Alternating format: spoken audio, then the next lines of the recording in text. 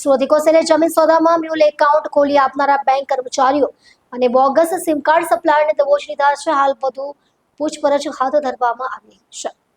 સુરતી કોસેલે ઉત્તરાયણ વિસ્તારની જમીન વેચાણ સોદામાં મોટી ગેરરીતિ ઉજાગર કરી છે. પોલીસે 4 બેંક કર્મચારીઓની ધરપકડ કરી છે, જેમણે કથિત રીતે મ્યુલ બેંક એકાઉન્ટ ખોલી આપવાનું કામ કર્યું હતું. આ સિવાય બોગસ સિમ કાર્ડ આપીને એકાઉન્ટ ખોલાવવામાં મદદ કરનારા એક ડિસ્ટ્રીબ્યુટરની પણ ધરપકડ કરવામાં આવી છે.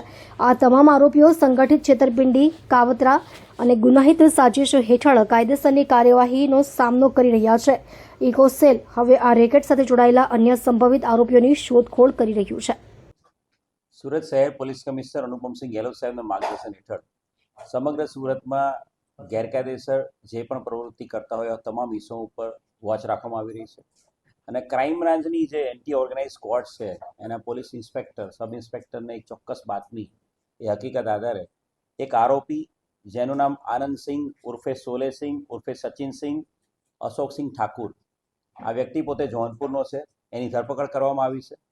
આનંદસિંહના કબજામાંથી 2 પિસ્ટલ અને 6 જીવતા રાઉન્ડ મળેલા છે.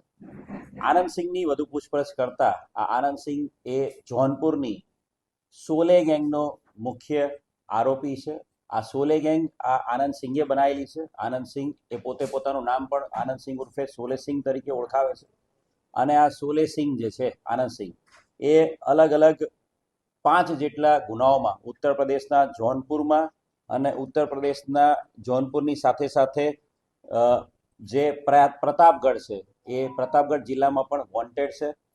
આ સોલેસિંહ છે એ ઉત્તર પ્રદેશના જોનપુર વિસ્તારનો સૌથી મોટો બાહુબલી બનવા માટેનો પ્રયત્ન છેલ્લા 10 વર્ષથી કરી રહ્યો છે અને એ અનુસંધાને એણે ઉત્તર પ્રદેશના જોનપુર અને પ્રતાપગઢ વિસ્તારમાં પોતાના અલગ અલગ માણસો ઊભા કરેલા છે અને આનંદસિંહે પોતાની સાથે વેપન રાખીને આખા જોનપુરના આખા પટ્ટામાં અલગ અલગ જે મોટા મોટા વેપારીઓ છે, બિલ્ડરો છે, મોટા જે પ્રતિષ્ઠિત વ્યક્તિઓ છે એને ટાર્ગેટ કરાવતો હતો અને એ પોતે એને ધમકી આપતો હતો અને પૈસા માંગતો હતો અને ધમકી અને પૈસા માંગ્યા બાદ જો પૈસા ના આપવામાં આવે તો એની ઉપર ગોળીબાર કરાવતો હતો. ઉત્તર પ્રદેશના પ્રતાપગઢમાં એણે પોતે એ જે એના મિત્ર છે નીતેશ તિવારી, એના ભાઈ પર જ્યારે હુમલો થયો હતો ત્યારે 2025માં એણે પોતે સોનુ ઉપાધ્યાયની ઉપર ફાયરિંગ કરાવ્યું હતું અને એની પર 3 રાઉન્ડ ફાયર કરેલા હતા. સાથે સાથે જોનપુર બદલાપુરમાં પણ સેન્ટ ઝેવિયર સ્કૂલના પ્રિન્સિપલ જોસેફ, એની ઉપર 3 મહિનાની અંદર 2 વખત એણે હુમલો કરાવ્યો હતો. બંને વખત એના સ્કૂલની બહાર એ પ્રિન્સિપલની ઉપર એણે ફાયરિંગ કરાવેલા હતા. એ જ રીતે બદલાપુરમાં પણ એણે એક ડૉક્ટર પાસે પૈસાની માંગણી કરી હતી અને પૈસાની માંગણી બાબતે એને ડરાવવા માટે એના ડૉક્ટર ઉપર પણ 5 રાઉન્ડ ફાયરિંગ કર્યું હતું.